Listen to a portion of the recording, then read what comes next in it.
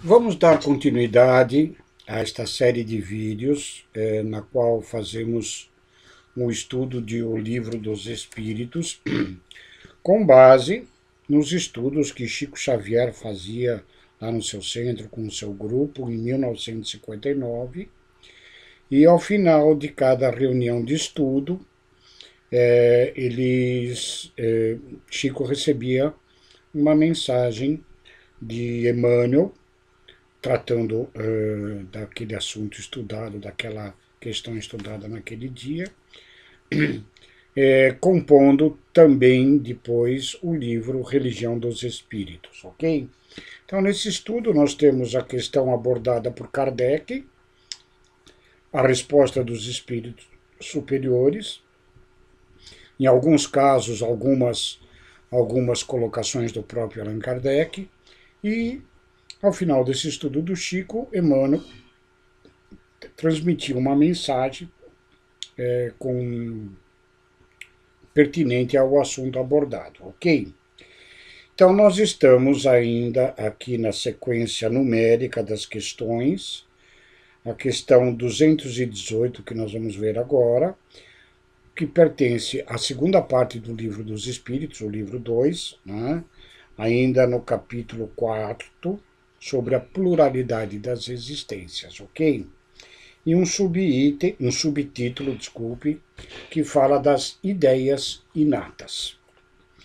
Então, Kardec pergunta: o espírito encarnado conserva algum traço das percepções que teve e dos conhecimentos que adquiriu nas suas existências anteriores? Resposta: resta-lhe uma vaga lembrança que lhe dá o que se chama de ideias inatas, né?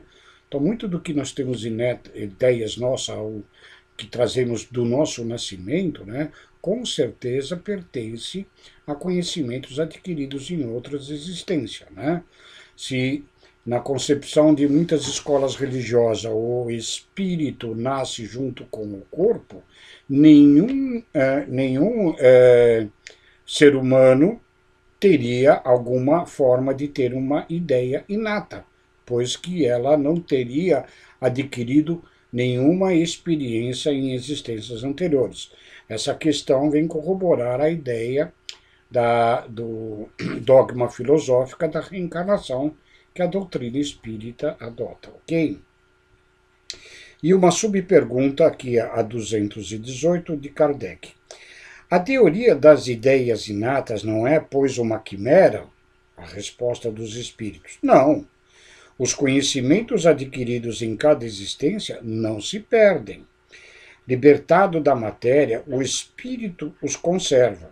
Durante a encarnação, ele pode esquecê-los em parte momentaneamente. Às vezes, esse momentâneo é durante toda a existência terrena.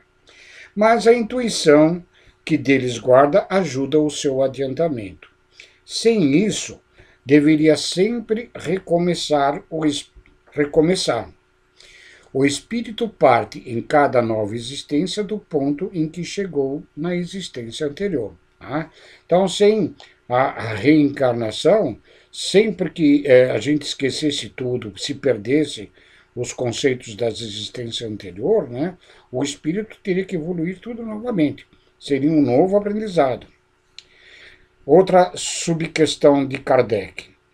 Deve haver, assim, uma grande conexão entre duas existências sucessivas? Nem sempre é a resposta dos espíritos.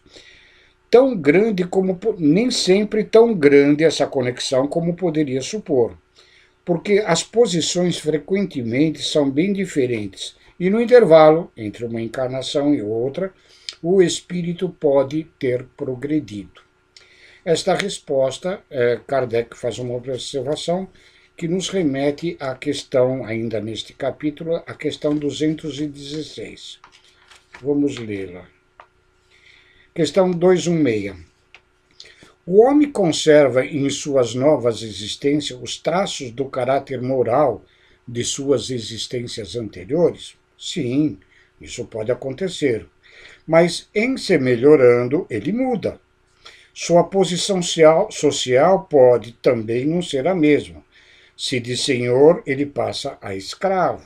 Seus gostos serão diferentes e tereis dificuldades em reconhecê-lo. Sendo o mesmo espírito nas diversas encarnações, suas manifestações podem ter de uma para outra certas analogias modificadas. Todavia, pelos costumes da sua nova posição, até que um aperfeiçoamento notável venha a mudar completamente o seu caráter. De orgulhoso e mau, pode tornar-se humilde e humano se arrependeu. Ou seja, nós temos entre duas encarnações consecutivas, que é o motivo da questão de Kardec, né? Nós temos um período que Kardec denomina como estando o espírito na erraticidade. Ora, esta erraticidade nada mais é do que a vivência do espírito no plano espiritual, onde ele, dependendo da situação, das suas experiências terrenas, do grau de evolução que já se encontra, ele pode estar, às vezes, em zonas inferiores, de purgamento das suas imperfeições da última existência, mas também, depois disso, ele pode estar, como nós estamos vendo na obra de André Luiz, O Nosso Lar, tá? Esta questão de o espírito adentrar a uma colônia espiritual e lá, pelo aprendizado, pelos estudos, pelo trabalho que ele possa exercer nas diversas áreas de trabalho existente nestas colônias, ele evidentemente pode vir a evoluir muito mais do que ele se estivesse encarnado. E dentre estes aprendizados que o espírito vai realizando no plano espiritual, a necessidade da gente ter o que nós chamamos de comprovação de que já atingimos aquele grau evolutivo. Por isso que a gente reencarna com um certo esquecimento, uma vaga lembrança das nossas existências anteriores, para numa nova existência comprovar o nosso processo evolutivo.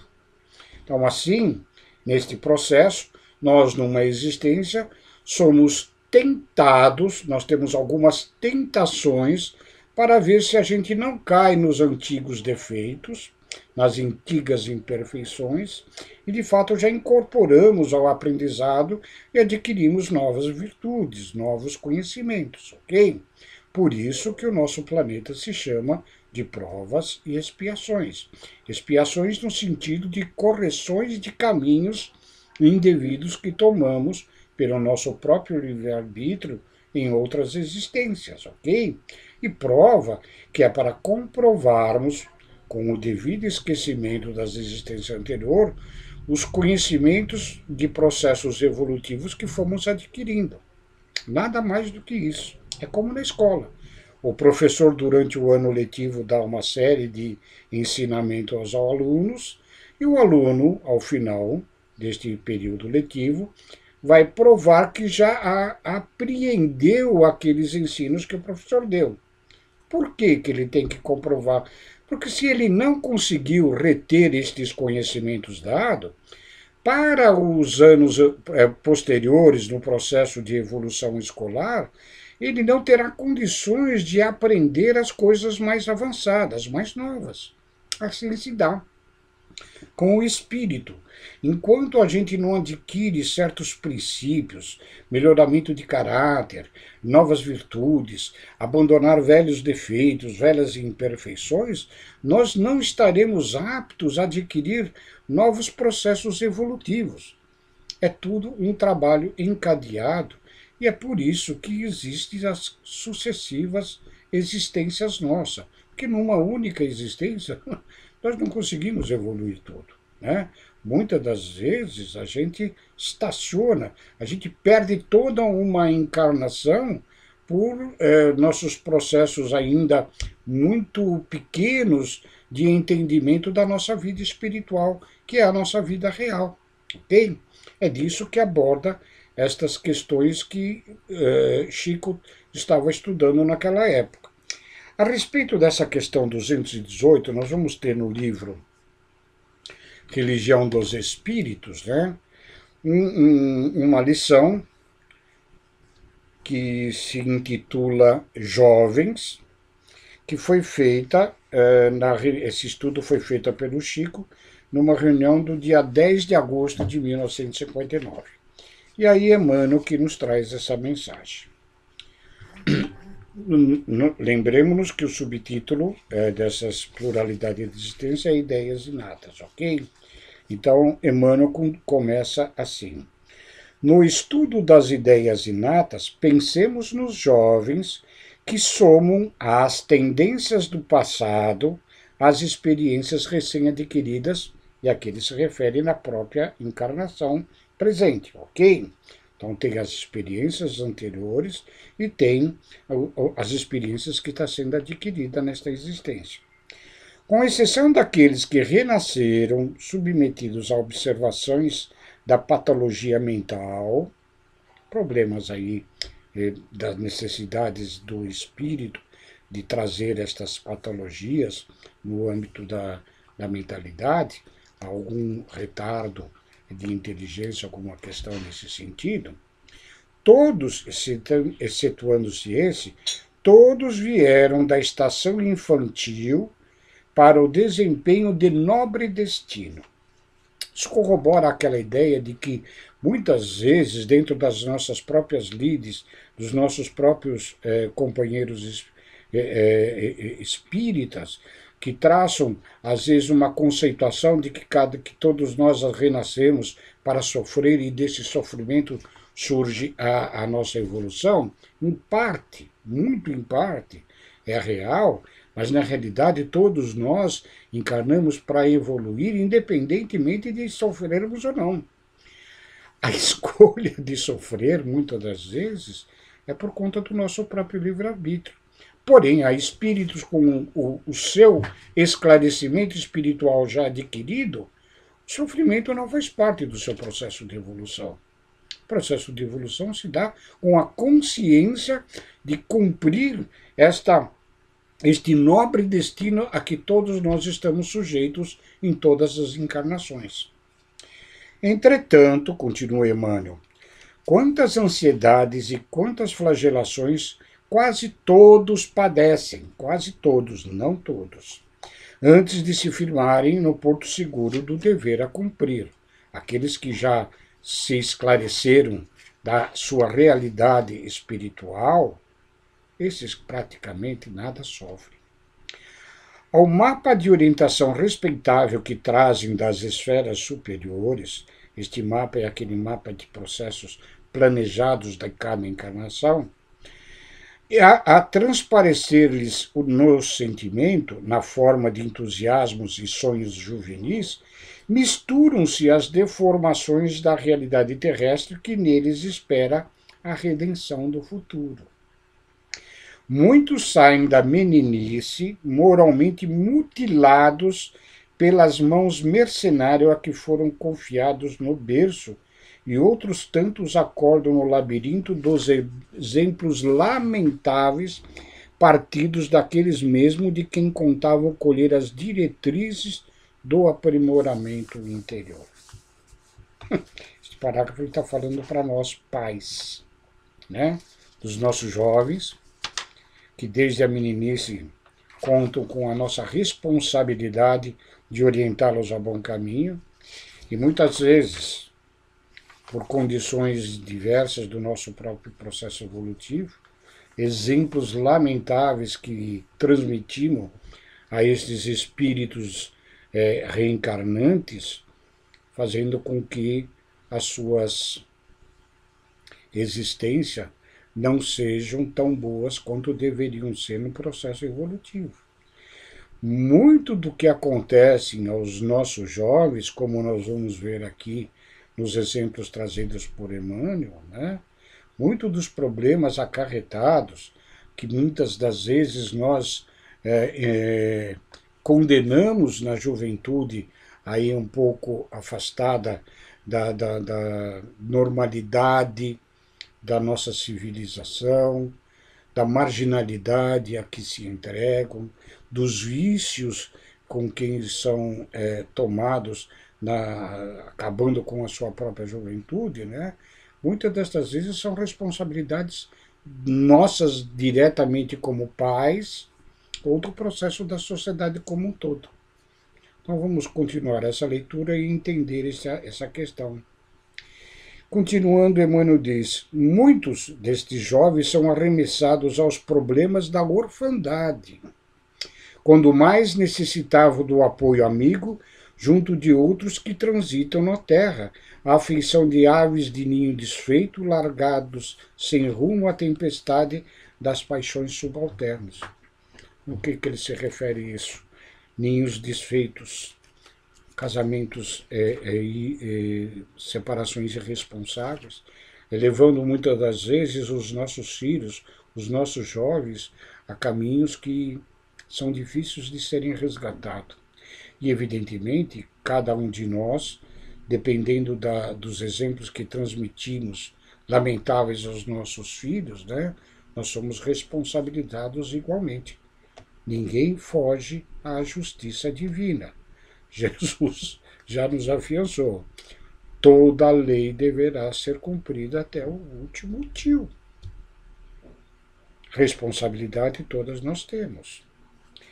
Alguns destes jovens, revoltados contra o lodo que se lhes atira à esperança, descem aos mais sombrios voltábulos do crime, enquanto outros muitos fatigados da miséria se refugiam em prostíbulos dourados para morrerem na condição de náufragos da noite.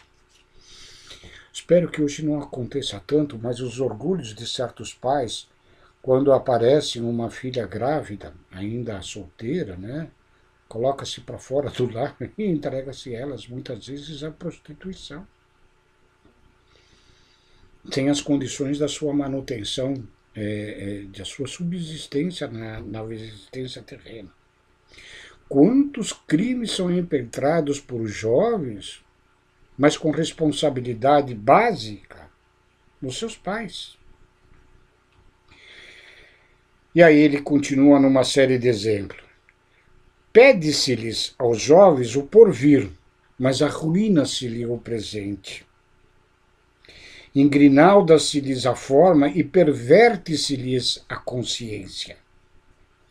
Ensina-se-lhes o verbo aprimorado em lavor acadêmico e dá-se-lhes na intimidade a palavra degradada de baixo calão.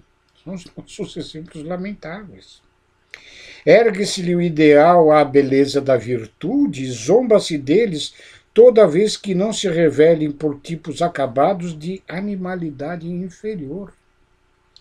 Fala-se-lhes da glorificação do caráter e afoga-se-lhes a alma no delírio do álcool ou na frustração dos entorpecentes. Se a gente às vezes não os encaminha para a marginalidade do crime, muitas vezes os marginalizamos nos vícios de todas as espécies. Administra-se-lhes abandono e critica-se-lhes a conduta. Não condenes a mocidade sempre que a vejas dementada ou inconsequente. Que é o que mais fazemos, né? Embora possam não ser nossos filhos, mas tenhamos a consciência de que são nossos irmãos. São semelhantes nossos. Muitos destes que nós criticamos na marginalidade, nos crimes, nos vícios, quantas vezes já não foram, talvez, nossos entes queridos e nossos entes amados em outras encarnações? Quantas vezes eles já não se perderam por próprias responsabilidades nossas?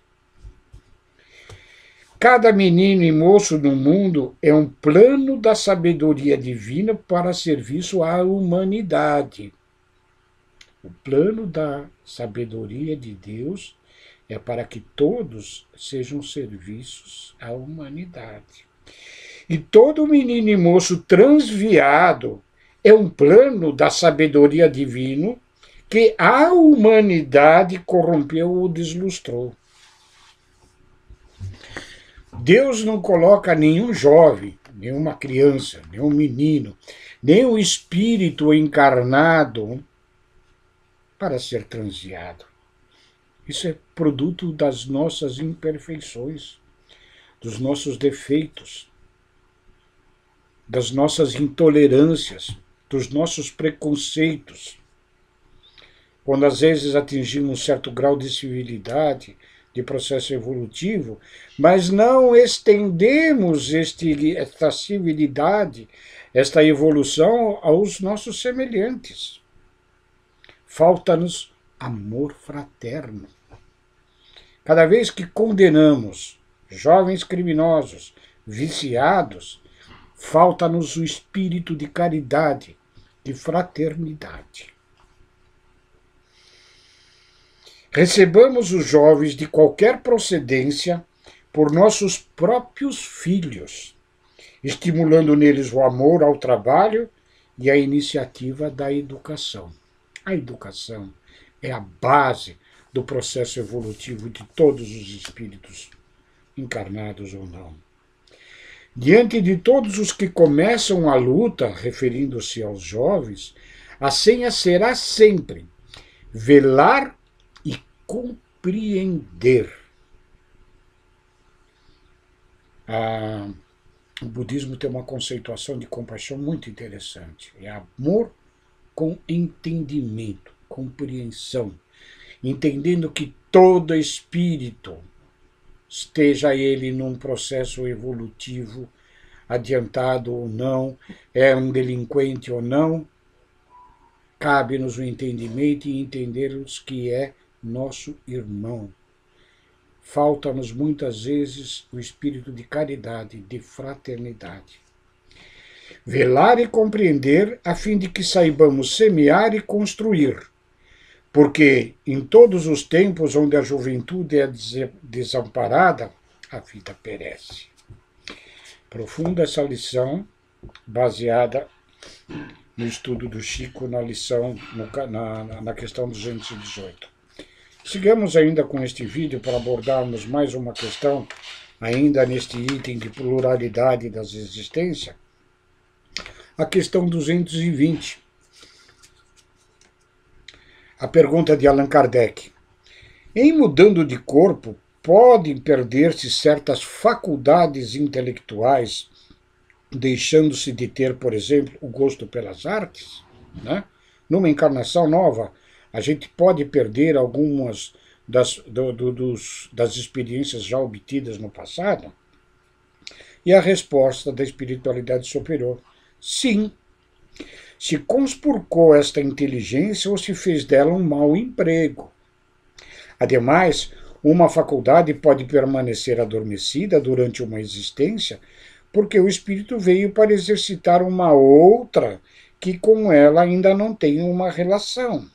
Então ele fica em estado latente para ressurgir mais tarde. Assim é que nós sabemos, pelos estudos da própria doutrina, que muito do que nós adquirimos em determinada experiência, vamos supor a necessidade ou a experiência de termos sido numa existência um grande músico, um pianista, um grande compositor, muitas das vezes numa existência posterior, dependendo das suas necessidades evolutivas, esta habilidade, esta experiência musical é-lhe adormecida para que ele venha adquirir outro tipo de experiência, adquirir o seu processo evolutivo necessário. Então ele pode vir com a experiência musicista adormecida para adquirir, por exemplo, experiências no campo da ciência, numa parte ou de engenharia ou de matemática, e a parte da musical fica como que adormecida. Não se perde, mas se deixa em estado latente até que um dia lhe seja necessário. Por estas questões que a gente vê que é impossível a um espírito evoluído, a um espírito que detém todos os conhecimentos necessários, a um espírito que já sabe tanto das artes, tanto das ciências, da matemática, de tudo, ele não consegue obter isso numa única existência. O dogma da filosofia, da reencarnação, é que nos esclarece que um espírito evolui em diversas existências, adquirindo em cada uma delas uma ou mais experiência, dependendo da situação. Essa questão é muito importante para este nosso entendimento. A respeito desta questão, portanto, Emmanuel, após o estudo do Chico com o seu grupo, sobre estas lembranças do passado, na mudança de uma encarnação para outra, Emmanuel traz uma lição que se denomina Memórias do Além-Túmulo. Esta questão foi estudada na reunião do Chico do dia 16 de janeiro de 1959, que trata da questão 220. Aí Emmanuel nos diz o seguinte: automaticamente, por força da lógica, elege o homem na contabilidade uma das forças da base do próprio caminho, aqui falando do homem encarnado. Contas maiores legalizam as relações do comércio, e contas menores regulamentam o equilíbrio do lar, dos nossos orçamentos particulares. Débitos pagos melhoram as nossas credenciais de qualquer cidadão, ok? Enquanto que compromissos menosprezados desprestigiam a ficha de qualquer um. Isso na nossa existência nós sabemos. Aquele que cumpre com as suas obrigações regularmente tem uma boa conceituação na sociedade. Aqueles que não cumprem os seus princípios de cidadão civilizado, né, é tido como alguém que é menospreciado e tem as suas fichas anotadas essas imperfeições. Agora, não mais tratando do espírito encarnado, nos diz Emmanuel: assim também, para lá do sepulcro, surge o registro contábil da memória como elemento de aferição do nosso próprio valor. Ou seja, as nossas condições de conduta aqui na Terra, elas estão registradas na nossa memória espiritual e são transportadas para a nossa existência espiritual. A faculdade de recordar é o agente que nos premia ou nos pune ante os acertos e os desacertos da rota. Dessa forma, se os atos louváveis são recursos de abençoada renovação e profunda alegria nos recessos da alma, as ações infelizes se erguem, além do túmulo, por fantasmas de remorso e aflição no mundo da consciência. Tem circulado nas redes sociais uma frase que eu achei bastante interessante, que diz respeito a isso que nós estamos estudando, que o tribunal mais rígido é o tribunal da nossa consciência. Deus está presente e Ele nos coloca em nossa consciência todos os conceitos nossos de responsabilidades perante as leis divinas, perante as leis de desenvolvimento. Ok? Então, as nossas ações infelizes, como diz Emmanuel, se erguem além túmulo por fantasmas de remorso e aflição no mundo da nossa consciência. Continua Emmanuel: crimes perpetrados, faltas cometidas, erros deliberados, palavras delituosas e omissões lamentáveis esperam-nos a lembrança, impondo-nos em reflexos dolorosos o efeito de nossas quedas e o resultado de nossos desregramentos, quando os sentidos da esfera física não mais nos acalentam as ilusões. Se diante de todas essas atitudes, enquanto encarnados, nós podemos muitas das vezes escondê-las na nossa existência espiritual, não. Perante a nossa consciência, não. Não ouvides assim que, além da morte, a vida nos aguarda em perpetuidade de grandeza e de luz, e que nessas mesmas dimensões de glorificação e beleza, a memória imperecível é sempre o espelho que nos retrata o passado, a fim de que a sombra reinante em nós se dissolva nas lições do presente, processo evolutivo, impelindo-nos a seguir, desenleados da treva, no encalço da perfeição com que nos acena o futuro. Então é assim, meus queridos. toda encarnação é processo evolutivo, reparando erros do passado e comprovando os aprendizados de existências anteriores e dos nossos estados na erraticidade espiritual.